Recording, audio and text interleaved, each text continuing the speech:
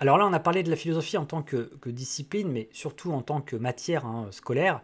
Là, si en fait on revient vraiment à l'essence de la discipline, en fait, avant même que c'en soit vraiment une, en fait, hein, vraiment à ce que c'est que la philosophie à la base, bon, on connaît tous l'étymologie bien sûr, hein, philo, sophia, hein, voilà, hein, philo, hein, j'aime, hein, aimer, et sophia, la sagesse, hein, voilà, donc aimer la sagesse, hein, rechercher la sagesse, désirer la sagesse.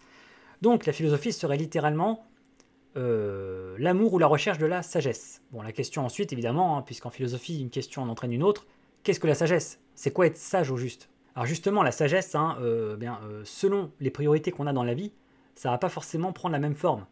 Pour certains, la sagesse, c'est avant tout la connaissance. Pour d'autres, la sagesse, c'est avant tout l'art d'être heureux. Pour d'autres encore, la sagesse, ça va être la morale, être quelqu'un de bien. Voilà, donc vous voyez, la sagesse, selon la priorité qu'on donne, c'est pas forcément la même chose. Bon, la bonne nouvelle, c'est qu'on peut faire un petit peu un prix de gros, et qu'en fait la sagesse, ça peut être un petit peu de tout ça. Et ça correspond assez bien à ce que sont les principaux en fait, aspects de la philosophie, hein, les principales lignes directrices de la philosophie. Depuis les origines, hein, vraiment depuis les tout premiers textes de philosophie, depuis les toutes premières discussions philosophiques, il y a sans arrêt en fait eu trois, on va dire, directions principales qui s'imposaient à chaque fois. La philosophie comme recherche du bonheur, tout simplement. La recherche du bonheur en tant qu'être humain, hein, chercher à être heureux. Hein. Il y a plein de philosophies qui n'ont quasiment pas d'autre but que la recherche simplement du bonheur humain. Qu'est-ce que le bonheur? À quelles conditions est-il possible? Quelle pratique, tel quel mode de vie concret il faut adopter pour être heureux, pour être le plus heureux possible, pour être le moins malheureux possible.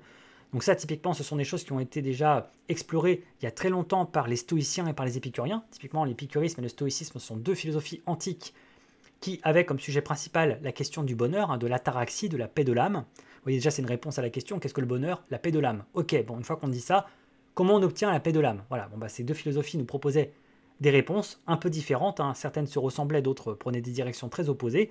Mais voilà, le bonheur a été depuis toujours un des principaux objectifs de la philosophie. Un autre objectif de la philosophie très connu, c'est la vérité, la quête de vérité. On pourrait dire globalement de connaissance. Bon, en tout cas, voilà, forcément la connaissance, généralement, on veut des connaissances vraies, donc la vérité dans l'ensemble. Voilà. La philosophie a toujours eu horreur du mensonge. La philosophie déteste les mensonges, déteste les préjugés, déteste les idées reçues. La philosophie est dans une quête de vérité. Qu'est-ce que la vérité? Qu'est-ce que le réel? Qu'est-ce que le vrai? Et vous voyez, le vrai en plus renvoie à toutes les autres notions. Qu'est-ce que la vraie justice? Qu'est-ce que le vrai amour? Qu'est-ce que la vraie amitié? Qu'est-ce que le vrai bonheur? Voilà, qu'est-ce que le vrai bien, la vraie morale? Vous voyez, donc la vérité englobe aussi un peu tout. La philosophie a toujours cherché la vérité. Hein. La philosophie n'aime pas le mensonge, n'aime pas l'erreur, n'aime pas la fourberie, n'aime pas l'illusion. Hein. La philosophie est ennemie de toutes ces choses-là, de la superstition aussi. D'où le fait qu'après avoir fait un petit peu de résistance pendant plusieurs siècles, la philosophie s'est assez rapidement détachée de la religion, a très vite contesté la religion, parce qu'évidemment la religion était source parfois d'obscurantisme, en tout cas de superstition, et en tout cas bon, bah, parfois d'illusion. Et donc voilà, ça faisait très mauvais ménage avec la philosophie, ça a donné des philosophies parfois très bancales ou très contestées, très critiquées. Donc on a eu un virage assez radical après les Lumières, hein, au XVIIIe siècle. Hein, les Lumières ont vraiment acté le divorce entre voilà, en fait, des philosophies basées sur la superstition, sur l'optimisme religieux, hein, Leibniz, etc., hein, tout est pour le mieux dans le meilleur des mondes, etc. Voilà, où vraiment on exclut Dieu de l'équation, ce qui mènera plus tard à Nietzsche, hein, au XIXe siècle, à dire Dieu est mort. Hein, voilà, quand Nietzsche décrète Dieu est mort, hein, on a tué Dieu. Hein, c'est l'idée de Dieu, on l'a tué parce que pour le tuer, encore faudrait-il qu'il ait existé. Hein, c'est toute l'ironie de la phrase. Donc si on n'a pas tué Dieu, parce que pour ça il faudrait qu'il existait, en tout cas on a tué l'idée de Dieu. Et tuer l'idée de Dieu, évidemment, a renversé beaucoup de choses parce que de là, l'homme devenait responsable du sens de son existence, devenait responsable du sens de la vie, devenir responsable aussi de sa propre liberté, puisque du coup il n'y avait plus de destin, etc. Bon voilà, là on arrive vers l'existentialisme. Hein. L'existentialisme, c'est clairement la philosophie fin 19e, début 20e, qui s'interroge sur en fait bien le sens de la vie de l'homme et sur sa liberté dans l'univers, sachant qu'il n'y a plus de métaphysique, il n'y a plus de Dieu, il n'y a plus de destin, l'homme n'est plus déterminé par une essence, mais par l'existence. Hein.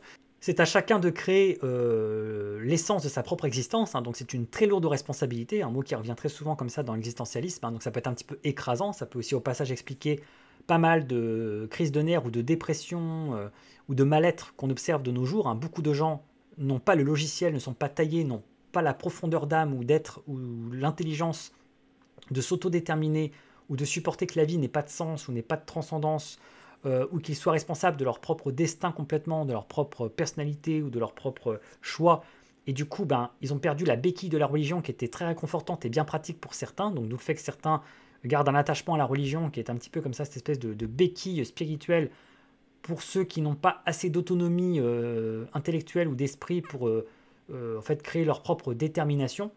Et donc, en plus du bonheur, hein, la quête du bonheur, en plus de la quête de vérité, la troisième grande quête philosophique, c'est celle de la morale, hein, le bien ou alors l'éthique. On appelle ça aussi l'éthique, hein. On parle d'éthique scientifique, hein, et donc on peut parler aussi d'éthique en sciences humaines, hein, d'éthique en philosophie. L'éthique, hein, d'ailleurs, c'est comme ça que Aristote appelait toute la partie de la philosophie consacrée à la morale, au bien ou au mal. Comment distinguer le bien et le mal? Qu'est-ce que le bien, qu'est-ce que le mal? Pourquoi faire le bien plutôt que le mal? Est-ce que faire le bien, ça rapporte tant que ça en termes d'épanouissement personnel et de réussite par rapport au fait de faire le mal? Pourquoi, même si, admettons, faire le mal, on y gagne plus qu'à faire le bien, pourquoi faire le bien quand même? Pourquoi le bien, c'est mieux? Voilà, la justice, l'injustice, les bonnes mœurs, la vertu, etc., le courage, les grandes valeurs morales.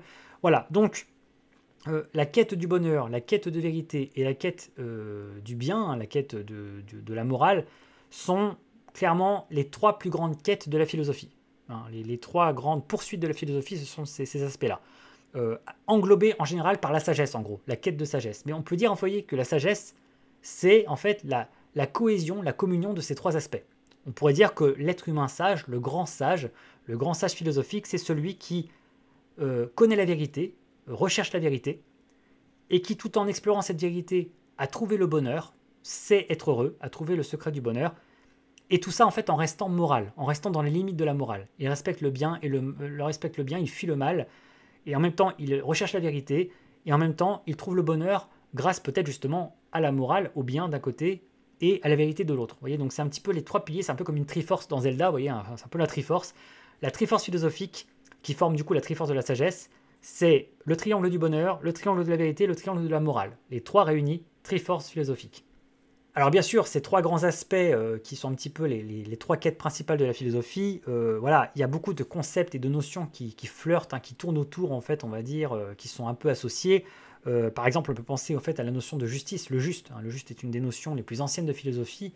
Les premiers textes de philosophie ont beaucoup exploré la notion de juste, de ce qui est juste, de ce qui est injuste, voilà, de la justice.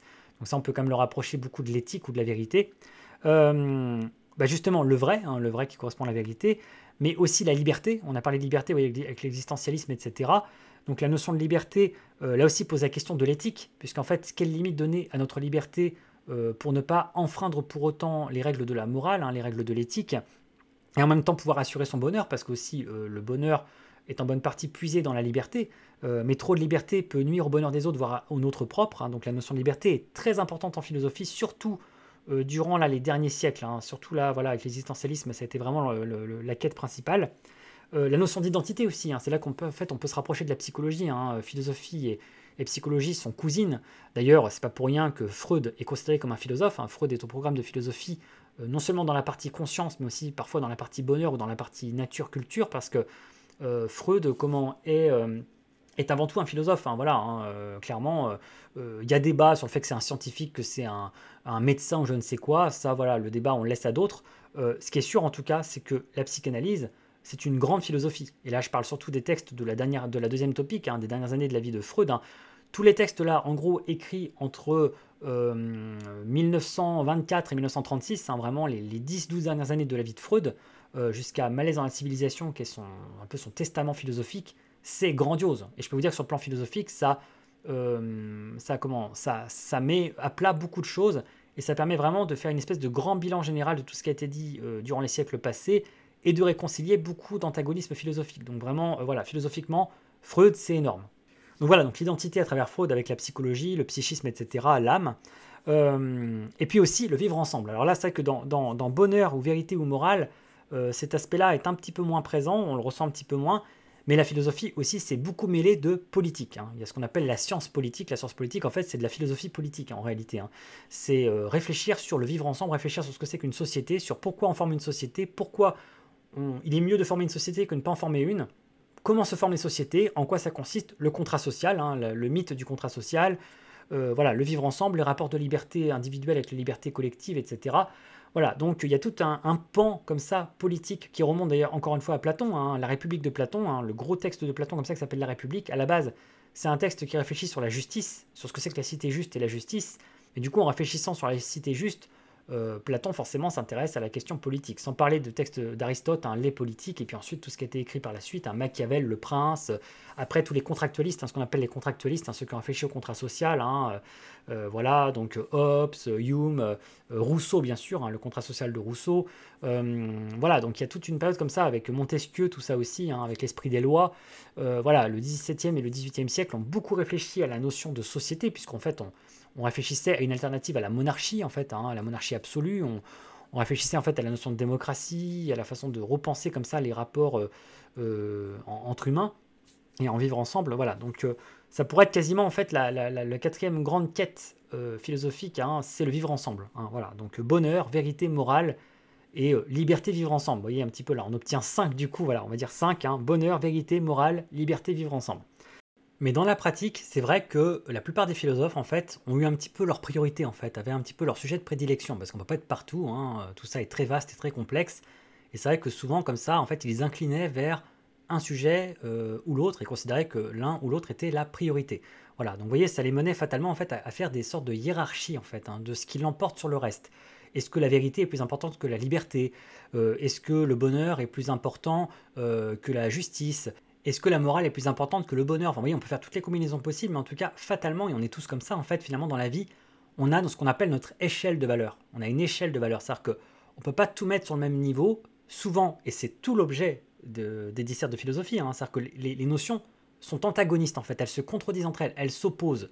Par exemple, vous voyez, quand on dit le travail versus le temps libre, ou le travail versus le bonheur, voilà, qu'est-ce qui est le plus important dans la vie? C'est produire, travailler, etc., créer de la valeur, ok. Ou alors est-ce que c'est le temps pour soi, la vie privée, le temps libre? Bon, bah, l'un et l'autre ne peuvent pas aller ensemble. À un certain moment, en fait, ça va se contredire. On ne peut pas tout avoir dans la vie. Hein, ça, c'est une des grandes leçons de la vie qui n'est pas assez prise. On ne peut pas tout faire et tout avoir dans la vie. Donc, choisir, c'est exclure. Quand on choisit, fatalement, on privilégie quelque chose par-dessus autre chose. On ne peut pas tout avoir. Donc, nos priorités nous révèlent, en fait. Nos priorités sont révélatrices de qui nous sommes et, en fait, de notre identité. Donc, les priorités des philosophes sont très révélatrices, en fait. Ceux qui ont privilégié la notion de vérité, ceux qui ont privilégié la notion de bonheur personnel, ceux qui ont privilégié la notion de liberté, etc., en fait, ça révèle un petit peu leur hiérarchie et leur échelle de valeur. Donc, évidemment, c'est pour ça qu'on peut se sentir plus ou moins proche d'un philosophe ou de l'autre, selon bien sûr que nos échelles de valeur sont compatibles et qu'on se retrouve là-dedans, sur ce qui est pour nous le plus important. Et puis simplement, ça peut être aussi par rapport en fait au sujet qu'on a le plus envie d'explorer. Donc c'est vrai que quand on est très préoccupé par la notion en fait comme ça du bonheur, bien évidemment certains philosophes vont peut-être plus nous parler parce qu'ils ont plus exploré la question, alors d'une façon qui nous convient plus. Au contraire, en fait, quand on s'intéresse davantage à la notion de vivre ensemble, de politique, de justice, eh bien évidemment certains philosophes sont spécialistes de ce genre de questions, ont exploré ça, peut-être parfois en délaissant un peu plus d'autres questions, voilà, qui intéressent d'autres personnes.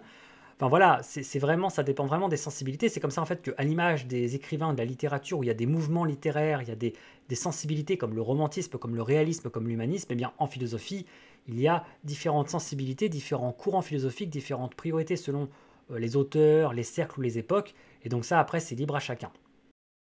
Ce qui est sûr en revanche, c'est que, et ça c'est trop peu expliqué, trop peu exposé en cours de philosophie au lycée, en classe, alors que c'est quand même fondateur et fondamental pour comprendre un petit peu ce qui se passe en philosophie, c'est un petit peu les grands antagonismes. En fait, ce qu'on pourrait appeler, hein, c'est le terme, les summa divisio. Hein, c'est un véritable terme latin, bien sûr. Une summa divisio, comme son nom l'indique, hein, c'est une division suprême, en fait. Une summa divisio, c'est une division, un désaccord, en fait, fondamental, qui intervient, en fait, tellement tôt dans le débat philosophique, dans une notion, que en fait, les deux personnes prennent des chemins radicalement différents et opposés dès le début, et donc ne peuvent pas se comprendre, en fait. C'est-à-dire qu'à un moment donné, pour dialoguer, pour discuter, pour se comprendre, encore faut-il un minimum parler de la même chose, en fait.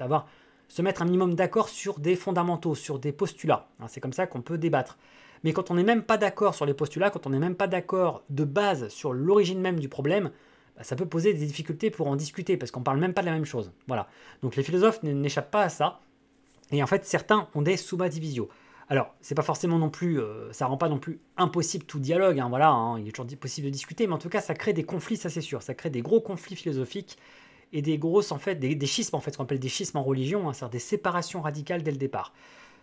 Alors, pour donner deux exemples vraiment les plus incontournables et les plus omniprésents de Summa Divisio, il y en a bien sûr d'autres possibles, hein, mais vraiment là, on parle vraiment là, des fondamentaux qui divisent toute la philosophie occidentale. C'est la séparation entre d'un côté l'optimisme et le pessimisme. Ça, normalement, vous avez entendu parler, entre autres parce que voilà, avec Candide de Voltaire, c'est un des textes qui a le plus abordé la question, puisque c'est une satire de la philosophie optimiste, de l'optimisme un peu bête comme ça, un peu naïf, et en même temps aussi une critique du pessimisme, hein, parce qu'il y a Pangloss qui est le grand optimiste un peu bête, hein, leibnizien, mais il y a aussi Martin qui lui est vraiment le pessimiste voilà, extrême, et donc bien sûr Voltaire condamne un petit peu les deux tendances extrêmes. Voilà, donc effectivement, hein, avec ces notions, ces summa divisio, vous l'aurez peut-être deviné ou compris, souvent la sagesse se situe dans le juste milieu. Hein, voilà, il y a une façon d'échapper un petit peu aux deux extrêmes, c'est de prendre un peu le meilleur de chacun et d'être un peu au milieu dans le compromis. Mais ça, tout le monde n'en a pas été capable. En tout cas, voilà. Donc, l'optimisme et le pessimisme, en tout cas, c'est quand même normal d'avoir une tendance pour l'un ou pour l'autre. Hein, sans parler de partir dans les extrêmes, hein, ou d'exclure l'un ou l'autre. Hein, on peut avoir un petit peu un compromis entre les deux. Mais c'est quand même normal, ne serait-ce que dans notre nature, notre caractère, d'avoir une tendance pour l'un ou pour l'autre. Donc ça, c'est propre à chacun. On est plus ou moins optimiste sur l'être humain, sur la nature humaine, sur le monde, etc. Ou alors on est plus ou moins pessimiste. Et donc évidemment, directement en fait de base, hein, cette sensibilité ou cette approche des choses va colorer et conditionner notre regard sur le monde, notre regard sur les différentes notions. Selon qu'on est pessimiste ou optimiste, on ne va pas avoir le même regard sur la morale, sur la liberté, sur le vivre ensemble, sur la notion de bonheur. Hein, voilà. Si on est pessimiste, on va peut-être avoir plus de mal à croire à l'existence du bonheur et à son possible. Si on est optimiste, on va au contraire croire que le bonheur non seulement existe, même qu'il est la nature même de l'existence. Enfin, vous voyez, l'optimisme et le pessimisme, c'est vraiment une des divisions les plus fondamentales de la philosophie. Hein, vraiment qui se séparent comme ça en philosophe plutôt optimiste et en philosophe plutôt pessimiste. Mais sans doute que la plus grande summa divisio de toute la philosophie occidentale et peut-être même de la philosophie universelle, en fait, mondiale, hein, vraiment, là, qui est vraiment la grande séparation et le grand match, la grande confrontation depuis toujours, voilà, depuis les origines, c'est celle entre l'idéalisme d'un côté et le matérialisme de l'autre. Idéalisme versus matérialisme. Alors, en général, c'est le moment où les profs, en tout cas les meilleurs d'entre eux, vont vous montrer en classe, ou alors dans le manuel, hein, si vous avez un manuel de philosophie, un livre, un tableau cultissime, méga connu, l'école d'Athènes, hein, qui est un tableau du peintre Raphaël, hein, que l'on trouve au Vatican, hein, qui est exposé à Rome au Vatican, puisqu'en fait c'est une fresque, hein, c'est pas un tableau, en fait c'est une fresque murale, voilà, sur une des grandes pièces en fait du Vatican. Alors Raphaël, hein, c'est un des grands peintres de la Renaissance, hein, avec Michel-Ange entre autres, Donatello. Hein. Et là, on peut penser aux Tortues Ninja. Hein. Pensez aux Tortues Ninja, hein, Michelangelo. Et la particularité en fait de ce tableau, ce qui a toujours fasciné, c'est que c'est une espèce de photographie entre guillemets. Hein, c'est anachronique comme terme, mais une représentation en fait assez exhaustive de tous les plus grands philosophes classiques, hein, donc de l'Antiquité, connus à l'époque où le tableau est peint, donc à la Renaissance. Voilà, vraiment tous les principaux philosophes dont on avait encore les textes, les traces écrites, dont on connaissait la pensée, sont représentés dans ce tableau. Hein, tous les grands philosophes grecs, voilà, Héraclite, Démocrite, Platon, Aristote, etc. Jusqu'à Diogène le Cynique, bien sûr, qui est représenté, tout ça. Ce qui est montré donc dans les manuels, ce qui est montré par le professeur en philosophie, c'est une partie du tableau, c'est le centre du tableau. Hein. Au centre, on a deux personnages qui sont en train de marcher vers nous, hein, qui marchent comme ça au milieu des autres, de façon comme ça, très majestueuse, comme si c'était un petit peu les patrons, les chefs, ce qu'ils sont un petit peu. Et donc, on a comme ça un des deux personnages qui est plutôt vieux, hein, qui a une longue barbe blanche, hein, qui a un petit côté un peu Dumbledore, hein, et qui, en fait, pointe son doigt vers le ciel. Hein, dans l'attitude, on voit qu'il pointe le doigt vers le ciel. Et on a un autre à côté de lui, un peu plus jeune, hein, voilà, donc un peu plus novice, hein, donc on pourrait supposer que c'est un peu son disciple. Hein, vous voyez, il y a le maître et le disciple, hein, un peu comme chez les Jedi, hein, le maître et le padawan. Et donc le plus jeune, lui, qui, en fait, avance la main en montrant en fait le sol avec la paume. Voilà, voilà, comme ça, en désignant le sol avec la paume, comme ça. Donc vous voyez, c'est deux gestes complètement opposés. Il y en a un qui pointe le doigt vers le ciel et l'autre qui désigne le sol avec la main, avec la paume de la main. Donc là, vous voyez, on a une métaphore et même plutôt une allégorie. Hein, là, c'est vraiment une allégorie, donc une représentation d'une idée abstraite de façon concrète par une image. Une allégorie de l'idéalisme et du matérialisme.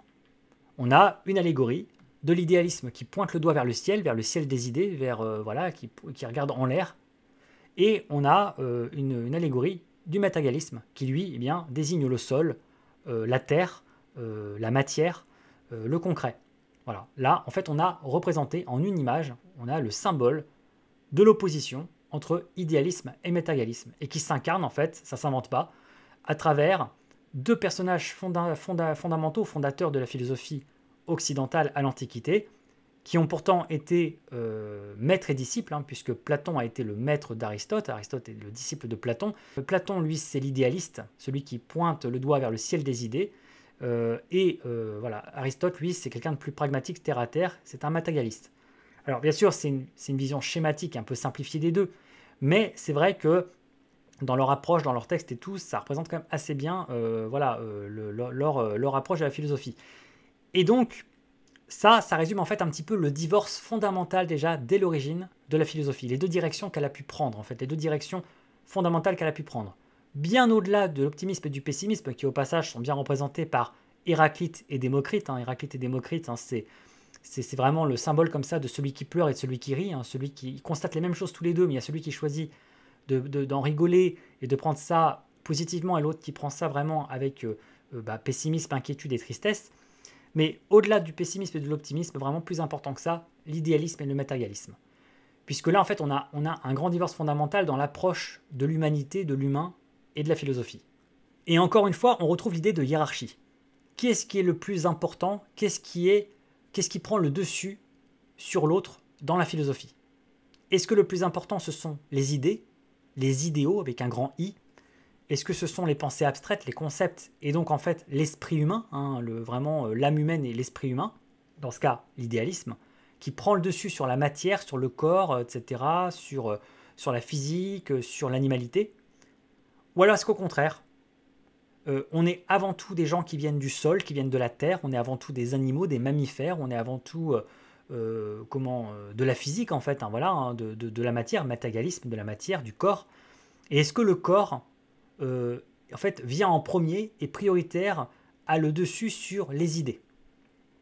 Alors vous voyez, ça donne en fait comme ça deux attitudes très différentes par rapport à la pensée et à la philosophie, parce que Platon, par exemple, croit en l'existence de la vérité avec un grand V, de l'amour avec un grand A, de la beauté avec un grand B, de la justice avec un grand J. Vous voyez, il y a toujours des majuscules comme ça hein, aux idées de Platon, parce que Platon croit en l'absolu, en fait, hein, croit en un certain idéalisme. Aristote, au contraire, a une approche beaucoup plus relativiste, puisque Aristote ne croit pas qu'il y a l'amour avec un grand A, il y a des sortes d'amour. Il n'y a pas une justice, il y a des sortes de justice.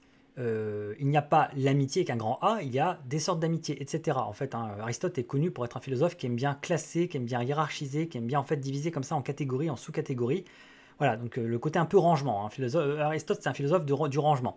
Voilà, donc vous voyez, ces deux attitudes différentes. Ça a l'air comme ça anodin, un petit peu anecdotique, mais en fait, les conséquences que l'on tire de l'approche idéaliste ou matérialiste sont radicales en fait dans le reste en fait des autres domaines philosophiques. On parlait, vous voyez, des grandes quêtes philosophiques que sont le bonheur, que sont la vérité ou que sont par exemple la morale. Eh bien, selon qu'on est idéaliste ou matérialiste, ou bien sûr optimiste ou pessimiste, c'est pas du tout la même vision des choses. Encore une fois, le bonheur, selon qu'on est optimiste ou pessimiste, on n'a pas du tout la même vision de ce que peut être le bonheur ou de son existence même. Selon qu'on est idéaliste ou matérialiste, le bonheur ne prend pas du tout la même forme, en fait, la même apparence. C'est encore plus vrai avec des notions comme la morale. La morale, c'est un des domaines les plus brutalement touchés par la division entre idéalisme et matérialisme. Selon qu'on est idéaliste, la morale, dans ce cas, ça peut quand même prendre une forme assez exigeante. C'est-à-dire qu'on croit vraiment en l'existence du bien avec un grand B. On va mettre en avant tout les idées, les idéaux. Donc, au nom d'un idéal, en fait, on va être capable comme ça parfois peut-être de renoncer à son propre bonheur, voyez, ou de renoncer peut-être à quelque chose. Parce que, en fait, pour le bien, avec un grand B, au nom de la morale, il faut d'abord privilégier en fait les idéaux. Hein. Pour un idéal de justice, pour un idéal d'honneur, pour un idéal d'égalité, eh bien, on va peut-être reléguer certaines pulsions ou certaines envies, parce qu'en fait, on met les idéaux, les principes avant toute chose. Ça, c'est une approche idéaliste. Mais quelqu'un, en revanche, de matérialiste, eh bien, va penser que les idéaux en fait sont secondaires, ou en tout cas ne sont qu'une espèce d'invention humaine, et qu'ils n'ont pas de réelle existence, et que du coup ils ne peuvent pas être notre référence dans la vie, et au contraire qu'il faut se fier davantage en fait à la matière, au corps, à nos désirs, à nos envies, nous ramener comme ça à notre origine animale.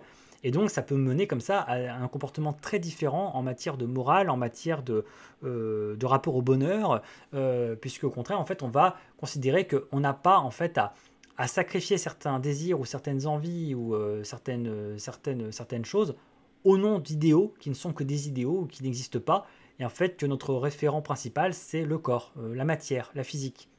Ça renvoie aussi à qu'est-ce que l'être humain? L'être humain est-il avant tout un animal pensant mais avant tout un animal? Ou alors est-ce que l'être humain, du fait que c'est un animal pensant qui accède à la conscience et qui a justement la capacité de faire de la philosophie, de la morale, est bien plus qu'un animal et donc en cela a plus de responsabilités et donc doit en fait exiger bien plus de lui-même que ce qu'exigerait en fait ce qu'on exigerait d'un animal, et donc du coup voilà ça peut élever en fait le niveau comme ça d'exigence en matière de moralité, de bonheur et compagnie. Donc vous voyez, ces polarités-là, optimisme, pessimisme, idéalisme, matérialisme, selon qu'elles se radicalisent chacune, ça peut mener en fait à des dérives. Par exemple, la dérive de l'optimisme, ça peut clairement être la naïveté, hein, la candeur, hein, être candide. Voilà, donc ça peut mener une espèce comme ça de naïveté désastreuse. Mais inversement, un excès de pessimisme, comme une sorte d'excès de lucidité, ça peut mener en fait à une forme de nihilisme en fait. C'est-à-dire qu'à force d'être pessimiste, en fait, c'est pas seulement qu'on voit le mauvais côté des choses ou qu'on est prudent ou qu'on a une vision plutôt négative des choses à la base, c'est carrément qu'on ne croit en plus rien. Voilà. Et quand le pessimisme se radicalise un petit peu trop, il tourne au nihilisme. Et le nihilisme, c'est carrément ne plus donner de valeur à quoi que ce soit, ne plus croire en rien du tout, ce qui peut quand même aussi devenir très négatif. Donc vous voyez, on a les deux extrêmes de l'idéalisme et du pessimisme. Et pareil, en fait, on a les deux extrémités, hein, les deux radicalisations de l'idéalisme et du matérialisme. La radicalisation de l'idéalisme, eh bien, ça peut être le puritanisme. C'est-à-dire qu'en fait, on a tellement un rejet de la matière, un rejet du corps, un rejet de l'animalité en nous, en fait, eh bien, ça devient du puritanisme, comme dans les religions. Et vous voyez, c'est révélateur, les religions ont tendance à favoriser le côté idéaliste de l'être humain, se tournent vers la spiritualité, vers les idées, vers les idéaux, vers les concepts, a tendance en fait comme ça à vouloir se détacher du corps, à un mépris pour le corps, pour ses pulsions, pour ses désirs, se méfie du corps et de l'animalité, de la matière, à une détestation pour les matières humaines, hein, voilà, même les matières fécales, etc., pour les organes, pour le sang, pour toute la matière, qui est vue comme une humiliation. Et au contraire, du coup, voilà, un excès d'idéalisme en fait, peut mener à une forme de déconnexion totale, en fait, hein, de désincarnation absolue de l'esprit humain, et en fait peut mener du coup vers le puritanisme et ses excès en religion, et donc on sait les religions vers quels extrêmes elles peuvent mener. Mais inversement, quelqu'un d'excessivement matérialiste, en fait, hein, la dérive du matérialisme, l'extrême, la radicalisation du matérialisme, peut mener en fait à ignorer complètement tout idéal, tout principe, toute valeur, tout ce qui s'élève un petit peu comme ça au-dessus de notre condition physique, de notre condition corporelle, de notre condition animale. Un excès comme ça de matérialisme absolu va en fait tout le temps prendre comme référence le corps, les pulsions du corps, les appétits du corps, voilà, ses désirs, peut-être nos instincts, nos bas instincts, nos instincts de puissance, notre volonté de puissance, etc.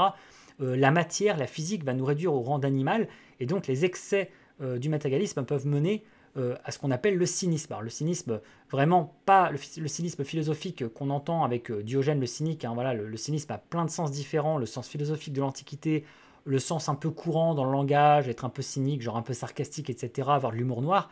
Mais le cynisme aujourd'hui, tel qu'on peut l'entendre, hein, c'est cette capacité en fait à voir, à constater en fait le mal dans le monde, ou en tout cas l'immoralité dans le monde, mais à considérer en fait que le plus important en fait c'est le résultat plutôt que les considérations morales en fait, hein. Voilà, quelqu'un de cynique typiquement c'est quelqu'un qui va avoir conscience que ce qu'il fait n'est pas forcément bien, voire même va dans le sens du mal dans le monde, mais que lui en tout cas ça lui rapporte du bénéfice, c'est avantageux pour lui, donc bah écoutez, ce serait trop dommage en fait de se priver des bienfaits qu'il va tirer de quelque chose de négatif et d'immoral, et donc il va en profiter. Voilà, quelqu'un de cynique, c'est genre, oui, je sais que ça va provoquer le fait qu'on va raser des quartiers, qu'on va raser des immeubles, qu'on va foutre des gens dehors, mais écoutez, hein, voilà, business is business, moi ça me fait de l'argent, hein, c'est pas mon problème. Vous voyez, ça c'est un peu du cynisme d'aujourd'hui.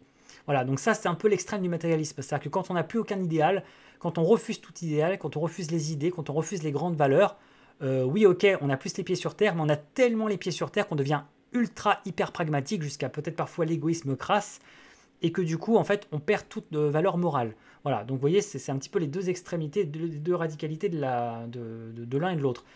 L'exemple canonique d'opposition entre d'un côté l'idéalisme et de l'autre le matérialisme, dans ce qu'ils sont plus extrêmes, c'est le grand match entre Schopenhauer et Nietzsche dans la philosophie allemande au 19e.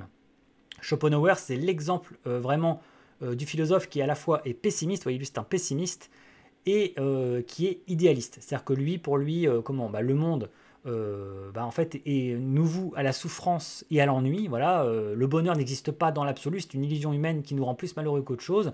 On peut juste viser à être le moins malheureux possible, c'est déjà très bien, être le moins malheureux possible, ne pas souffrir, ne pas être malade, ne pas vivre comme ça dans un dénuement trop grave. Voilà, et on peut effectivement viser certains baumes, certains réconforts qui peuvent nous rendre heureux. Mais voilà, le bonheur ne doit pas être une obsession parce que c'est ça qui peut nous mener bizarrement à pas être heureux, être trop obsédé par le bonheur. On peut juste chercher comme ça à être le plus en paix possible. Schopenhauer a un regard pessimiste et plutôt négatif sur les individus, sur les gens. Il n'aime pas les gens, il trouve que les gens, le niveau est très bas, que ça vole très bas. Mais il a un regard très positif et beaucoup plus optimiste sur l'humanité en tant qu'espèce et sur ses accomplissements et sur ses réalisations, et entre autres sur l'art. Et Schopenhauer pense que la consolation de la vie humaine et de ses souffrances est dans l'art en fait, qu'il faut s'abîmer, se perdre dans la contemplation du monde et de l'art, en fait comme consolation des malheurs humains, et surtout pour échapper à ce qu'il appelle la volonté. La volonté pour lui c'est la manifestation de notre instinct animal, de notre instinct naturel, du matérialisme en fait, et que justement l'idéalisme et la contemplation de l'art c'est la consolation et le remède en fait au matérialisme crasse de la volonté de vivre. Et vous voyez, de l'autre côté de ce spectre très idéaliste et pessimiste, on a Nietzsche, qui est un philosophe très optimiste, qui croit en la possibilité du bonheur, qui croit au plaisir, qui croit d'ailleurs en leur bien fondé, et surtout quelqu'un de très matérialiste qui se méfie des idéaux, qui se méfie des idées, qui pense que tous nos ennuis viennent du fait qu'on croit aux idéaux, qui se méfie de la vérité, qui se méfie du bien avec un grand B. Bref, tout ce qui est un idéal est suspect pour Nietzsche. Nietzsche refuse les idéaux et le culte des idéaux. C'est quelqu'un qui veut prendre comme référence le corps et la volonté de puissance, ce qu'il appelle la volonté de puissance et le corps. Voilà. Le corps, les besoins du corps, la matière, en fait, le retour à ce qu'il appelle la dimension dionysiaque de la vie. Dionysos, vous voyez, le dieu du vin, le dieu du plaisir. Voilà. Donc quelqu'un qui croit beaucoup plus en fait en les appétits et en la satisfaction des appétits. En cela, vous voyez, les deux sont comme des échos de deux philosophies antiques qui se confrontaient déjà sur ces questions d'idéalisme et de matérialisme, qui étaient le stoïcisme et l'épicurisme. Le stoïcisme qui était une philosophie beaucoup plus vertueuse, austère et dure, qui croyait qu'il fallait comme ça garder une certaine distance en fait émotionnelle par rapport en fait au malheur du monde, et que justement l'art, les livres, la pensée, les idéaux étaient comme ça des solutions pour en fait gagner une espèce comme ça de paix intérieure et de bonheur dans la vie, et en fait en évitant le plus possible en fait les tentations, les vices, le mal. Alors que les épicuriens avaient une vision plus nuancée, alors n'était pas ce qu'on a fait d'eux, une caricature comme ça de pourceau d'Épicure, pas du tout, mais des gens qui croyaient davantage en fait que la référence restait quand même avant tout le corps humain, le corps et donc ses appétits, et ses pulsions, et que du coup le secret du bonheur était dans la gestion mesurée et raisonnée de nos appétits respectifs, la faim, la soif, le désir sexuel, etc. Et que c'était un petit peu comme ça un jeu d'équilibrage, un peu comme dans les Sims. Vous savez, dans les Sims, le but du jeu c'est que votre Sims ne soit ni en excès ni en déficit de vie sociale, d'hygiène, d'appétit, etc. Et donc il faut un peu trouver le juste milieu. Voilà, donc un peu l'effet un peu Sims comme ça de l'épicurisme. Et c'est vrai que du coup Nietzsche lui vraiment est plus dans cette mouvance-là comme ça épicurienne, qui prend le corps comme référence, qui se méfie des idéaux, qui se méfie des idées, qui se méfie de l'idéal, et qui croit davantage en fait en la matière, en notre nature animale, mais quitte du coup à dériver un petit peu vers un certain nihilisme ou alors vers une certaine brutalité un peu cynique, parce que du coup quelqu'un qui croit aussi au fait que dans la vie le monde appartient à ceux qui savent s'affirmer, à ceux qui acceptent leurs instincts, qui acceptent leurs désirs, qui acceptent leurs envies, qui ne s'excusent pas de désirer ce qu'ils désirent, qui ne s'excusent pas de prendre ce qu'ils veulent prendre, et qui ont donc cette volonté de puissance qui prend ce qu'elle a à prendre, que le monde appartient aux forts, aux puissants, aux gens en bonne santé en fait, aux bonnes natures, aux physiques affirmés, et qui pensent que la morale, il le dit dans Généalogie de la morale, que la morale est une invention des faibles pour tenir en laisse les forts, que c'est une invention des religions judéo-chrétiennes en fait pour renverser le rapport de force entre faibles et puissants. Et donc quelqu'un qui croit vraiment au primat comme ça de la force physique et de la bonne santé physique et des appétits et donc de la matière et de la physique comme référence. Et donc on comprend que c'est un fait, les nazis ont beaucoup plus aimé la philosophie de Nietzsche, hein, c'est comme ça. C'était beaucoup plus en compatibilité avec l'idéal arien, du corps fort, de l'homme fort, de la nature forte en fait par rapport aux faibles. Et on comprend que Nietzsche soit un philosophe particulièrement apprécié en fait dans le milieu des affaires, le milieu de la finance, hein. Moi j'ai rencontré beaucoup de gens du monde des affaires qui aiment Nietzsche, parce que forcément ça leur parle, cette idée qu'il ne faut pas s'excuser de vouloir ce qu'on veut, de prendre ce qu'on a à prendre, voilà, d'exercer sa volonté de puissance, d'écouter avant tout ses désirs, le corps, la matière, le plaisir. Alors que voilà, les idéalistes, on les trouve plutôt chez les artistes, hein, les Schopenhaueriens, les gens qui mettent en avant l'art avant tout, qui se méfient comme ça des caprices du corps, qui veulent pas laisser libre cours comme ça à tous les désirs parce que c'est vu comme une espèce d'immoralité, que ça peut mener en fait aux pires dérives et que du coup voilà, le corps il faut le laisser à sa place et que on est avant tout des êtres humains, des sapiens, hein, qui ne sont pas que des corps et des animaux, on est aussi d'une conscience et des idéaux, et que les idéaux peuvent mériter en fait que ben, on se sacrifie pour eux ou qu'on se domine pour eux. Voilà, donc vous voyez, c'est deux visions opposées comme ça du monde que l'on retrouve en philosophie, entre l'idéalisme et le matérialisme, entre l'optimisme et le pessimisme, et ça, c'est fondamental pour un petit peu classer les philosophes un peu en différentes équipes, parce que c'est un match ancestral qui se joue depuis le départ. J'aurais pu aller jusqu'à dire que c'est un petit peu les Sith contre les Jedi, mais ce serait un peu un jugement de valeur, parce que du coup, qui sont les Sith, qui sont les Jedi, qui sont les gentils et les méchants, voilà, ce serait un petit peu prendre parti un peu trop, donc voilà, je vais pas aller par là. Bon, vous aurez remarqué quand même que je suis un petit peu partial, forcément, même malgré moi, je peux pas vraiment m'en empêcher, parce que bon, forcément, avec tout ce que j'ai pu lire en philosophie, tout le temps que j'ai pu passer à y penser, à y réfléchir, à m'y plonger, bah, évidemment que je me suis fait un avis, évidemment que j'ai pu identifier ma sensibilité, me reconnaître dans certains auteurs, beaucoup moins me reconnaître dans d'autres, ou même carrément me faire des ennemis philosophiques, hein, identifier un petit peu mes ennemis ou mes amis, les auteurs, non pas tant qui me faisaient du bien ou du mal, hein, même si bien sûr il y en a, mais aussi simplement ceux avec lesquels, voilà, simplement j'avais vraiment une vraie communion d'idées, voilà, que j'identifiais quasiment un peu comme ma famille philosophique, et puis bah, ceux au contraire, que j'identifiais un petit peu comme des antagonistes, hein, voilà, ou des ennemis. Ça c'est normal, ça arriverait à tout le monde, hein, vous aussi hein, d'ailleurs, hein, voilà, peut-être vous avez vos bêtes noires, au contraire, vos idoles, et en tout cas vous les auriez sans doute, si vous vous plongiez profondément dans tout ça, c'est inévitable. Ça fait partie du truc, du jeu, et dans tous les domaines.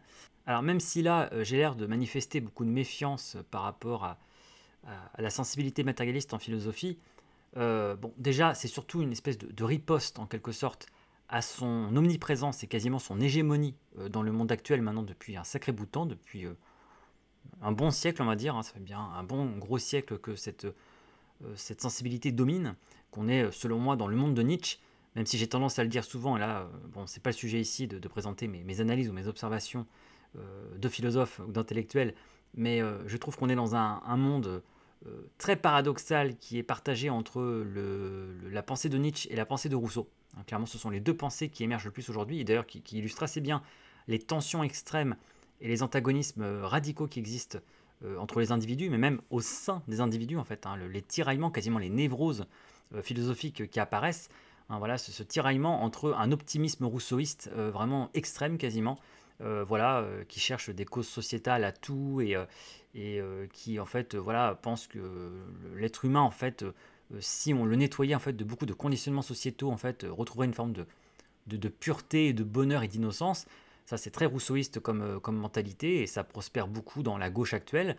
Et puis on a le côté nietzschéen qui ressort, alors bien sûr qui est très attribué encore une fois là, au monde plutôt, on va dire plutôt de la droite, sans être caricatural, hein, voilà, mais voilà, d'un monde plus concurrentiel, d'un monde qui accepte, qui entérine les rapports de force comme dynamique comme ça des relations humaines et en tant qu'épanouissement personnel, mais pas que en réalité.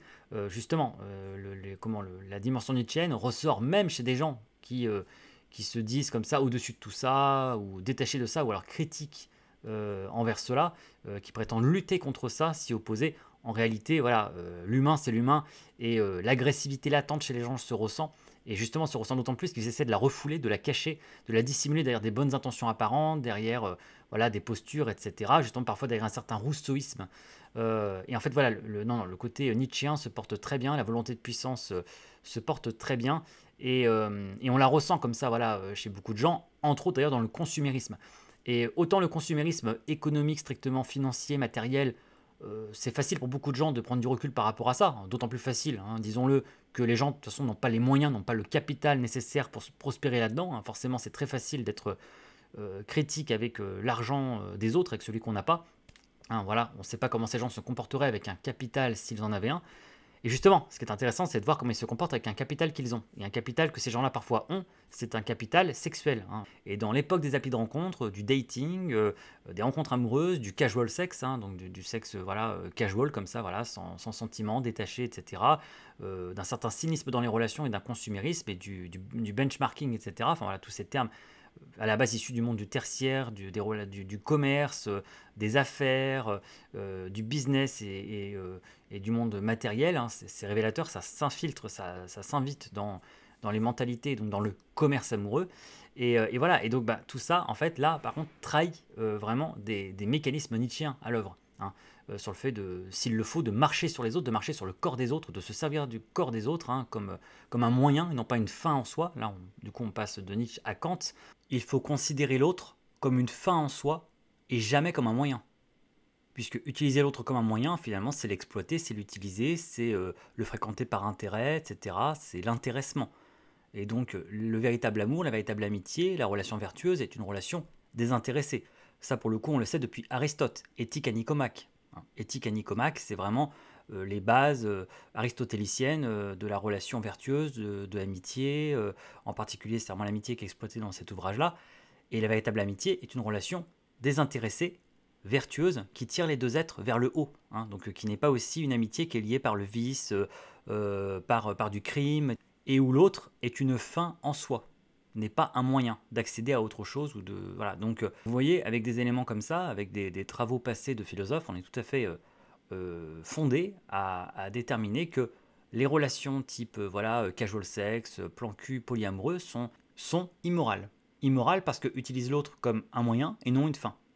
Oui, mais on s'utilise mutuellement comme un moyen, donc du coup ça s'annule, c'est consenti, c'est le consentement. Alors vous voyez, ça, pareil, c'est démonté déjà par plusieurs philosophes, dont Aristote, il y a déjà 2000 ans, hein, pour dire ça a 2000 ans de retard, comme quoi le consentement mutuel n'est pas une garantie de moralité. Deux criminels ou deux pourritures qui s'accordent, ils ont le consentement mutuel l'un de l'autre, hein, à faire des choses épouvantables l'un à l'autre et l'un avec l'autre, ne sont pas pour autant dans une relation vertueuse. Le consentement n'est pas une fin en soi, n'est pas l'horizon final de toute moralité, hein. La morale est beaucoup plus subtile et profonde que cela. Justement, Kant, dans son idéalisme et dans sa quête d'une éthique, d'une morale métaphysique, hein, la métaphysique des mœurs, hein, c'est l'œuvre de Kant, hein, sur les impératifs catégoriques, sur les impératifs hypothétiques, voilà justement où Kant essaie d'aboutir à une morale qui n'est pas relative, qui n'est pas relativiste comme c'est tant la mode aujourd'hui, hein. Ouais, bon, après, chacun fait ce qu'il veut dans sa vie. Moi, ça ne me regarde pas tant que c'est la vie privée. Oui, bon, après, c'est relatif. Non, non, hein. Kant, justement, partait courageusement en quête, en fait, hein, courageusement et aussi assez vainement, il faut le dire, d'une morale qui serait universelle, en fait, hein, où justement, on ne se cacherait plus derrière le relativisme, derrière voilà, des mille nuances, en fait, de mauvaise foi. Et vraiment, on pourrait établir, en fait, des principes éthiques et moraux catégorique et non pas hypothétique, hein, non pas relatif selon ce qui nous arrange, hein, comme on s'arrange avec notre conscience, mais vraiment de la morale, on va dire, pure. Voilà. Mais bon, ça évidemment, c'est un peu les impasses de l'idéalisme, hein, pour le coup, hein. La recherche de pureté, bon, à un moment donné, a peu de chances d'aboutir et peut sembler un petit peu vaine, mais au moins, elle a le mérite de chercher quelque chose qui nous transcende, qui nous dépasse. Voilà. Là où, en se complaisant dans le matérialisme un petit peu cynique parfois, voilà, ou nihiliste carrément, on abandonne la partie et on se donne plein d'excuses pour ne se fixer aucune règle et aucune limite. Voilà. Donc vous voyez, le libéralisme économique n'est pas qu'économique, c'est bien ça le drame. Le libéralisme, il est aussi sexuel, il est aussi sentimental. Et donc quand aujourd'hui on voit l'état déplorable des relations amoureuses, sexuelles et humaines, dont beaucoup de gens souffrent d'ailleurs, qui broient des gens, mais là, vous voyez, ce qui est révélateur, c'est que ça broie des gens qui eux-mêmes broient les autres. C'est ça le truc. C'est qu'en fait, les gens sont autant bourreaux que victimes là-dedans. S'il n'y avait que des victimes d'un côté que des bourreaux de l'autre, ce serait encore facile. Il n'y aurait qu'à mettre hors d'état de nuire les bourreaux et à protéger les victimes. Mais en fait, non. Là-dedans, tout le monde est victime et bourreau. Donc en fait, on ne peut pas avoir trop pitié des gens parce qu'en fait, oui, ils sont victimes de quelqu'un, mais ils sont le bourreau de quelqu'un d'autre. Et en fait, tout le monde comme ça est à la fois victime et bourreau. Et c'est un engrenage infernal. Et là, justement, parce qu'il y a un capital symbolique, sexuel, affectif, dont les gens usent et abusent. Et c'est les mêmes travers qu'avec le capital financier. On veut accumuler de la richesse, on veut accumuler pour accumuler, on veut étaler sa richesse aux yeux des autres, on s'en sert comme outil de puissance, on s'en sert pour obtenir ce que l'on veut, on croit pouvoir acheter les gens, on croit pouvoir les jeter dès qu'on n'en a plus besoin, on compare les autres, on cherche le meilleur produit, celui qui est le meilleur, on cherche toujours mieux, mieux, mieux, etc. Bref, voilà. Donc ça, c'est infernale. Donc c'est pour ça, oui là je me justifie un petit peu, c'est pour ça que je suis très critique et méfiant vis-à-vis du matérialisme et de ses défenseurs ou disciples, parce que je sais d'où il vient, je sais quel domaine de l'humanité il sert, quel travers de la société il entretient et alimente, et je trouve que ça fait un mal épouvantable à l'humanité et aux rapports humains. Donc oui, je me permets d'être critique par rapport à ça, donc de prendre position. Je ne dis pas que l'idéalisme, encore une fois, mène qu'à des bonnes choses. Je l'ai dit, une des dérives de l'idéalisme, c'est le puritanisme et donc aussi les religions, etc. Alors là, du coup, c'est pas du tout ma tasse.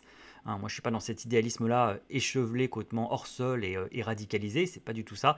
Et justement, pour finir de prouver ma bonne foi intellectuelle et montrer que je n'ai rien en soi de façon absolue contre le matérialisme et que, au contraire, je suis aussi très intéressé par cette sensibilité-là et que j'en suis moi-même porteur, je me définis souvent comme un idéaliste matérialiste.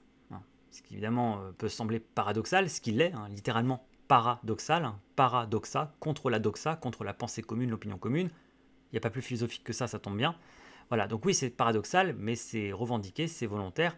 Alors je ne sais pas s'il existe des matérialistes idéalistes, hein, je n'ai jamais entendu ça, j'entends moins, et c'est vrai que je me représente moins la chose, parce que ça voudrait dire qu'en fait, quelqu'un qui prend comme base donc, le matérialisme spiritualise ou idéalise son matérialisme.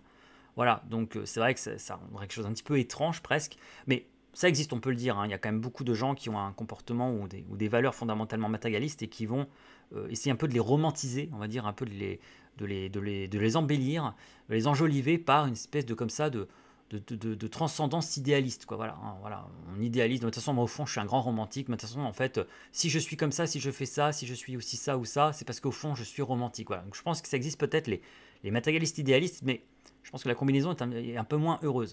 Moi, pour le coup, je dis souvent que je suis un idéaliste matérialiste, parce que oui, là, c'est quasiment ma nature, je suis ainsi fait, je suis comme ça.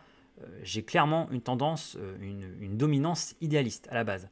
Ça, c'est clair, c'est de là que je viens, c'est ma sensibilité, c'est ma façon d'être, c'est ce qui m'attire, c'est ce que je ressens, ce que je comprends le mieux, et ce vers quoi, en fait, aussi se portent mes valeurs. Mais pour autant, je n'ai pas du tout versé comme ça, voilà, dans le puritanisme ou dans la pudibonderie ou dans la religion ou dans des choses comme ça un peu radicalisées de l'idéalisme dont je me méfie énormément et que je fuis à tout prix, que je déteste. J'ai même d'ailleurs du mal avec certains auteurs qui sont presque trop idéalistes pour moi au sens hors sol. Voilà, Kant, j'ai quand même quelques réserves par rapport à ces travaux. Et c'est vrai que peut-être par le côté stoïcien ou aussi par le côté schopenhauerien, à la fois mon pessimisme et en même temps mon exigence de lucidité ou des choses comme ça, je suis quand même pas mal ramené aussi vers la réalité, vers le sol, vers le monde matériel, vers voilà, les choses telles qu'elles sont. Je n'aime pas vraiment me voiler la face, je déteste ceux qui se voilent la face et je pense que cette exigence de lucidité et, euh, et cette reconnaissance du cadre, en fait, hein, l'importance du cadre, le cadre naturel duquel on vient, le cadre naturel dans lequel on évolue, hein, qui fixe un peu nos limites, qui balise notre monde et notre rapport au monde, notre nature animale, voilà, dont je refuse de faire une espèce de fin en soi. Hein, voilà, oui, nous sommes des animaux, mais nous ne sommes pas que ça. Et c'est la grande différence entre aussi un matérialiste et un idéaliste. Hein. Les idéalistes vont dire, nous ne sommes pas des animaux, nous sommes beaucoup plus que cela, ou autre chose. Ça, c'est aller trop loin, c'est oublier d'où on vient et ce qu'on est à la base. Voilà. Donc l'idéaliste, en fait, franchit le cap de nous sortir du monde animal, ce qui est une erreur. Mais le matérialiste, pour le coup, va, lui, avoir tendance à dire nous sommes des animaux et nous ne sommes que des animaux. Et là, vous voyez, pour le coup, c'est vraiment quand même un petit peu nous mettre sur le même plan que beaucoup trop d'espèces et oublier notre nature humaine singulière et spécifique. Donc vous voyez, les deux ont tort, encore une fois. Pour moi, les deux ont tort. Les matérialistes et les idéalistes ont tort sur ce plan-là. Et donc c'est pour ça que je me définis comme un idéaliste matérialiste, parce que moi, pour le coup, nous sommes des animaux, mais pas seulement des animaux. Mais quand même des animaux.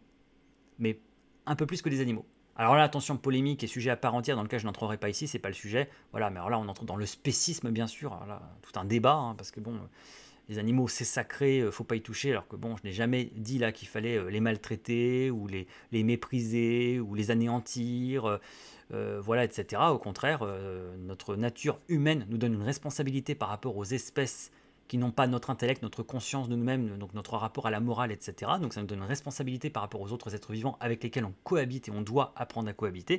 Donc j'ai jamais dit qu'il fallait exterminer les animaux, etc. Et tout. Donc voilà, tout de suite les gens ils concluent, voilà. Mais on peut se vivre en tant que sapiens en étant conscient qu'on est une espèce à part, différente, comme qui a fait un sacré pas de côté par rapport à, voilà, à la nature animale ou à l'évolution, voilà, par rapport à nos progrès, à nos inventions, à notre esprit, etc. Mais tout en se rappelant d'où on vient, se rappelant qu'on est mortel, que nous ne sommes que des animaux à la base, que des mammifères. Nous sommes des mammifères. Nous sommes des mammifères, des animaux, mais nous ne sommes pas que cela. Voilà, c'est la grande différence. Donc justement, voilà, c'est cette nuance, je pense, voilà, c'est ça qui fait aussi que je me sens idéaliste, matérialiste. Voilà, j'ai un idéalisme réel, mais cet idéalisme est canalisé, encadré par le fait que je n'oublie pas le monde matériel, je ne nie pas son existence, je le reconnais et je le prends même comme référent de base. Je sais qu'on vient de là et qu'on évolue dans ce cadre. Mais dans ce cadre, je trouve qu'on aurait tort, juste parce qu'il existe, de s'empêcher, de se priver, de s'interdire, de cultiver en fait comme ça, voilà, la singularité de notre espèce, de notre nature humaine, de notre esprit, et les idéaux que ça peut engendrer, et l'exigence morale aussi du coup que ça implique. Nous sommes ni des dieux, ni des animaux, nous sommes des humains. Et ça, c'est toute la condition humaine. Vous voyez là, on va vraiment parler de condition humaine. Qu'est-ce que la condition humaine? Eh bien, ce sont des animaux, des mammifères qui ont évolué de façon à développer une conscience et qui, en prenant conscience d'eux-mêmes, ont pris conscience de leur mortalité, de leur finitude, et ça change tout. Hein. Faites exister des chiens, des chats, des koalas, des pandas qui vont développer une conscience, qui vont se mettre à penser à la mort, à avoir conscience de leur mort en permanence, qui vont se mettre à penser beaucoup au passé, qui vont se mettre à beaucoup penser même à l'avenir, à spéculer sur l'avenir, eh bien, en pensant, en fait, en développant ce rapport au passé que nous avons, ce rapport conceptuel au passé, ils vont développer les regrets. En développant ce rapport conceptuel au futur que nous avons, ils vont développer des espoirs. Et vous voyez, pris entre les regrets et les espoirs, pris entre l'ennui et la souffrance, hein, pour reprendre la terminologie de Schopenhauer, eh bien, on va obtenir en fait des animaux névrosés, des animaux qui vont, du coup, peut-être pour nettoyer leur névrose ou les guérir, en fait, vont se tourner peut-être vers la création, vers l'art, etc. Et en fait, on va obtenir des êtres comme nous, en fait. Hein. Et là, ce sera la planète des singes, hein, mais avec déclinée avec tous les autres animaux, quoi. La planète des chiens, la planète des chats, des animaux qui seront comme des humains, en fait, hein, voilà, des animaux avec une conscience et tout. D'ailleurs, au passage, autre grande dichotomie philosophique, mais qui relève en gros de la dichotomie entre idéalisme et matérialisme, la dichotomie entre nature-culture. La culture, c'est tout ce qui n'est pas la nature, c'est tout ce que l'être humain a inventé en termes de civilisation, voilà, qui relève de lui. La nature, c'est tout ce qui nous précède et qui existerait de toute façon sans nous, même si l'humain n'existait pas, et qui fait partie de nous aussi, bien sûr. Voilà. Mais l'opposition entre nature et culture, animalité, humanité, idéalisme et matérialisme, évidemment, c'est fondamental. Voilà. Et la part des choses que l'on fait entre tout cela. Certaines philosophies se sont acharnées pendant des siècles à s'affronter sur ces sujets-là, de façon assez stérile. Les philosophies les plus intéressantes sont celles quand même qui ont essayé de concilier les deux, hein, d'essayer un petit peu comme ça de trouver une espèce de cohabitation harmonieuse entre les deux. Et il faut le dire, Freud a très bien réussi en la matière. Freud, avec un ouvrage comme Malaise dans la civilisation, ou Malaise dans la culture, justement, vous voyez, Malaise dans la culture, publié en 1936, hein, son dernier ouvrage avant de mourir, est vraiment une espèce comme ça de testament philosophique et de somme, qui est vraiment cette réflexion, voilà, entre, ok, donc dans la vie, il y a la culture, la civilisation, les idéaux, ok, et dans la vie, il y a la nature, l'animalité et le matériel, la matière, le matérialisme. Bon, on a compris que ces deux choses-là s'affrontent en nous et s'affrontent entre les gens, et que, bon, certaines écoles ont défendu plutôt l'une ou l'autre, mais qu'au final, les deux existent quand même. Donc comment on fait? La question, c'est pas l'une ou l'autre, la question, c'est l'une et l'autre. Mais comment l'une et l'autre cohabitent? Et ça, Freud a donné plein de réponses passionnantes, en tout cas a posé plein de questions géniales dans Malaise dans la civilisation, Malaise dans la culture, un ouvrage très court et très facile à lire, où en fait il fait un peu un bilan comme ça de sa philosophie, parce que c'est une philosophie avant tout, c'est une recherche de sagesse, de bonheur, de vérité et de morale, d'éthique. Et donc voilà, réfléchir à la façon dont, en l'être humain lui-même déjà, cohabite dans son psychisme le ça qui est un peu notre partie animale, notre partie naturelle, la nature, les pulsions, et le moi qui est notre partie cultivée, éduquée, instruite, etc., civilisée, idéaliste éventuellement, avec l'idéal du moi. Hein. Et donc la façon dont ces deux aspects s'affrontent, rivalisent, et quel est le secret du bonheur? Le secret du bonheur, c'est de les faire cohabiter le plus harmonieusement possible, mais du coup, comment les faire cohabiter le plus harmonieusement possible? Et que les sociétés qui ont échoué et les sociétés où les gens sont devenus malheureux, C'est soit celle où on a trop laissé s'exprimer le côté idéaliste et du coup ça a créé énormément en fait, d'exigences parfois religieuses, morales, puritaines. Et donc ça a trop créé de refoulement, ça a trop créé en fait, de frustration physique, corporelle, etc. On a négligé les besoins du corps, on a négligé les pulsions individuelles. Mais aussi les sociétés où on a laissé prospérer un petit peu trop les pulsions, le corps, la nature, l'animalité, bien évidemment, on crée le chaos, hein, on crée le nihilisme, on crée le cynisme. Et là, du coup, en fait, peut-être que ça a évité les refoulements, ça a évité les frustrations, ça a libéré les instincts de chacun, mais du coup, ça a créé de l'anarchie, ça a créé du chaos qui a empêché de vivre ensemble. Donc, quel est le compromis que l'on trouve entre les deux attitudes?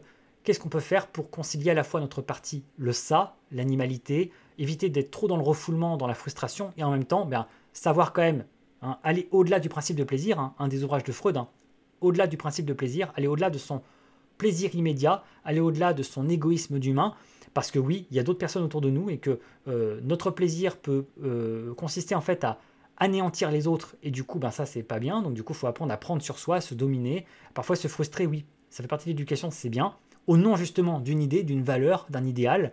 Vous voyez un petit peu comme ça comment ça s'articule. Donc malaise dans la culture, malaise dans la civilisation, c'est vraiment une magnifique synthèse philosophique, quand même en gros de quasiment 2000 ans de philosophie. Voilà, et comment Freud, en bout de course, en fait, au bout du chemin, qui a lu Schopenhauer, qui a lu Nietzsche, qui a lu tout ce qui s'est fait avant, voilà, et c'est un petit peu au sein du psychisme humain, à l'échelle individuelle, chez la personne, mais aussi à l'échelle plus sociétale, culturelle, civilisation, de, en fait, comme ça, distribuer un petit peu les points. Donc, très, très intéressant. Et pour finir de démontrer ma bonne foi par rapport à tout cela et mes nuances, je vais préciser, et je tiens à préciser, et là c'est bien, ça reprend un peu le fil de notre propos un peu plus général, hein, je sors de mon cas, voilà, j'ai fait une petite digression là, j'espère quand même que ça a eu un petit intérêt un petit peu comme ça d'illustration et donc un intérêt pédagogique pour aider à mieux comprendre tout ça. Le matérialisme, je ne le rejette pas et ne le renie pas, et d'autant moins que il ne prend pas forcément la forme que j'ai décrite là, uniquement. C'est ça que je me suis beaucoup concentré sur le matérialisme, on va dire, par rapport à la nature, vous savez, par rapport comme ça à la nature animale, à l'animalité, voilà, aux instincts, aux pulsions, tout ça. Voilà, bien sûr que ça c'est une facette du matérialisme.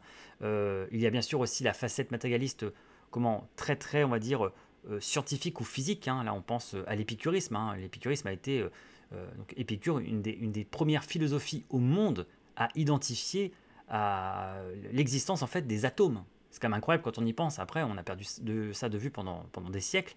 Et c'est vrai que voilà, les anciens avaient déjà compris voilà, l'existence des atomes, l'échelle comme ça, voilà, des atomes qui constituent en fait la matière. Donc c'est vertigineux parce qu'ils avaient en fait compris, identifié l'infiniment petit en fait, hein, l'infiniment grand bien sûr, hein, voilà, le cosmos, mais l'infiniment petit aussi avec les atomes. Donc ça, vous voyez, c'est une approche, encore une fois, matérialiste du monde, évidemment, que les épicuriens avaient développé et que les stoïciens avaient aussi pas mal repris à leur compte. Mais bon, il y a une troisième dimension au matérialisme qui est très importante et pour moi la plus intéressante, hein, voilà, sans doute. Hein, et en fait, c'est celle simplement en fait, du monde en tant que société, la sociologie en fait. Parmi les philosophes matérialistes les plus connus, par exemple, et entre autres, il y a Karl Marx. Alors, encore une fois, matérialiste, hein, ne l'entendons pas comme un jugement de valeur. Hein. C'est qu'aujourd'hui, tout de suite, on pense à matérialiste, on lui reproche en gros d'être attaché au matériel et d'être superficiel. Pas du tout. Un matérialiste, c'est pas un jugement de valeur. Karl Marx, c'est un philosophe matérialiste. Il n'a pas une approche idéaliste des choses. Mais s'il est idéaliste, il imagine une société où on abattrait le patronat et où le prolétariat reprendrait ses droits, et du coup, voilà, il n'y aurait plus de misère, plus de pauvreté, le communisme et tout ça. Non, non. Là, vous confondez des idéaux ou alors un projet politique plus ou moins utopique avec, en fait, le positionnement philosophique de ses travaux. Marx, quand il écrit Le Capital, il a une approche matérialiste. Il n'est pas en train de faire du Kant comme ça, en se contentant d'explorer l'esprit humain avec des concepts complètement abstraits, complètement justement déconnectés du monde réel. Au contraire, Karl Marx essaie d'expliquer les rapports humains et donc la quête de bonheur humain, etc. et tout, mais à travers les contraintes du réel, les contraintes du monde réel. Et vous voyez, c'est intéressant, c'est les contraintes du monde réel en plus dans sa dimension économique et sociale. Vous voyez, ça c'est un autre aspect du matérialisme, c'est pas forcément l'animalité ou le monde de la physique des atomes ou le monde voilà, animal, etc., des mammifères. Là, c'est le matérialisme, la matérialité en tant que société ou en tant que modèle économique. Ça aussi, c'est du matérialisme. Et donc, la philosophie de Marx est une philosophie matérialiste. Et pour le bien, puisque pour le coup, c'est vrai qu'il a eu raison de s'intéresser à ça, de se dire, il faut prendre en compte dans la recherche philosophique, dans l'enquête philosophique, il faut prendre en considération le modèle économique, les rapports entre les individus selon leur position dominante ou dominée, les hiérarchies sociales, les biens de production, les bénéfices qu'on en tire, qui détient les biens de production, qui exploite qui, etc. Tout ça, c'est passionnant et très important. Donc la prise en compte par Marx de l'histoire avec un grand H, de la sociologie, de l'économie, de la politique, c'est du matérialisme. Mais vous voyez, c'est du matérialisme, du coup là, vraiment sur un plan intellectuel, c'est extrêmement riche, profitable et important et intéressant. Donc là, pour le coup, j'adhère complètement à ce matérialisme-là en philosophie. Et moi qui suis adepte de sociologie, bien sûr, voilà, la sociologie est très importante à prendre en compte, et bien évidemment que là aussi, j'ai une dimension matérialiste incontestable, à laquelle je ne peux qu'adhérer, je pense qu'on ne peut qu'adhérer. Hein. Là, ce serait vraiment une œillère terrible, hein, vraiment un angle mort regrettable et terrible, que de ne pas prendre en considération ces dimensions-là. Et un autre domaine en philosophie, si on compte ça comme de la philosophie, mais en bonne partie ça peut en être, il y a donc tout un autre champ de recherche philosophique qui est foncièrement matérialiste, c'est le féminisme. Le féminisme, une bonne partie en fait, du féminisme, et quasiment tout le féminisme en fait, est matérialiste, par définition en fait. Parce que justement, le féminisme a eu à cœur en fait, d'anéantir certains postulats, certaines idées comme quoi, de façon fondamentale et essentielle, vous voyez, par essence, les hommes et les femmes seraient radicalement différents ou qu'il y aurait des inégalités, qui justifieraient du coup les inégalités qui se retranscrivent comme ça dans la réalité, etc., qu'on ne re-questionne pas et tout. Bah non, justement, du moment qu'il y a remise en question et surtout qu'il y a cette hypothèse, cette idée omniprésente dans le féminisme que et si finalement toutes ces règles, toutes ces choses qu'on prend comme évidentes, ces différences, ces inégalités, n'étaient pas le fruit de d'une essence, hein, d'une essence idéale des humains, ou une espèce comme ça d'hypothèse ou divine, ou alors naturelle, mais en fait sur un plan comme ça quasiment de destin, justement. Le mot destin est très important dans le féminisme, je pense à Beauvoir, hein, voilà, c'est le terme utilisé par Beauvoir, le destin. Être femme n'est pas un destin, hein, c'est ce qu'elle dit. Hein. Voilà, et puis ça, c'est le côté existentialiste. Pour le coup, là, on retrouve vraiment l'existentialisme, hein, qu'on peut résumer par la phrase de Sarah Connor dans Terminator, hein, pas de destin, mais ce que nous faisons. Ça c'est voilà. Si vous voulez résumer l'existentialisme, vous reprenez la phrase de Terminator, pas de destin, mais ce que nous faisons. Il n'y a pas de destin, il n'y a que ce que nous faisons, il n'y a que nos choix, avec la responsabilité qui va avec. Et on ne peut pas se défiler ou se dédouaner sur autre chose. Voilà, donc évidemment, avec aussi l'approche existentialiste, qui est le cœur de l'approche féministe de Simone de Beauvoir. Hein.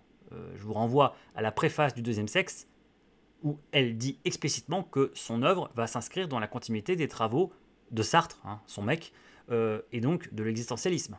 Et donc de cette hypothèse que il n'y a pas de destin, il n'y a pas d'essence, il n'y a que l'existence et que ce que nous faisons est nos choix. Et donc toutes les philosophies qui prétendent le contraire deviennent du coup antagonistes pour elles, en fait, deviennent des ennemis qu'il faut essayer un petit peu d'abattre en quelque sorte pour un peu remettre les choses à plat.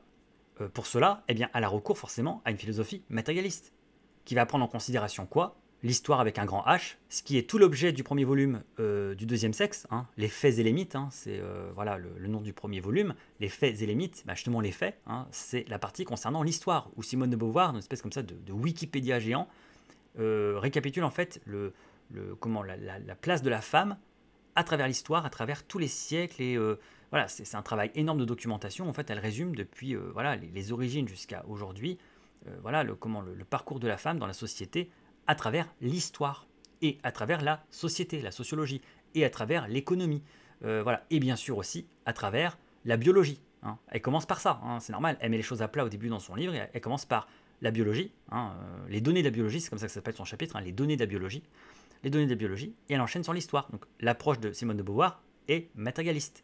Sur un plan rigoureusement intellectuel, d'ailleurs, elle a raison, sur un plan de rigueur intellectuelle, voilà, il faut d'abord se mettre d'accord sur les faits, et les faits, c'est ce qui met tout le monde d'accord parce que c'est objectif. Elle objective son propos.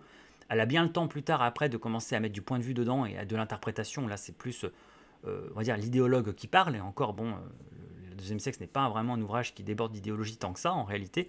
Et voilà, donc, les féministes sont souvent passés par une approche matérialiste des choses parce que c'était les plus à même de déboulonner certains mythes, pour reprendre le mot de pouvoir, les mythes, hein, les faits et les mythes, des mythes en fait qui tant qu'on prenait les choses telles qu'elles étaient comme ça, de façon un peu absolue, ne pouvaient pas être mises en question. Donc il fallait passer par le fait social, par l'idée de l'acquis, par l'idée que tout est une affaire d'éducation, de contexte, de niveau social, de conditionnement, voilà. Alors avec les réserves qu'on peut avoir pour ça, hein, je ne rentre pas dans le débat ici, hein, c'est pas le sujet.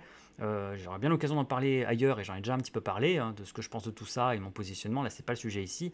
Chacun garde son avis pour soi. C'est sans fin tout ça. Qu'est-ce qu'il est né, qu'est-ce qu'il est acquis, qu'est-ce qui est conditionnement ou pas. Voilà, c'est sans fin. Voilà, qu'on va pas s'engouffrer là-dedans.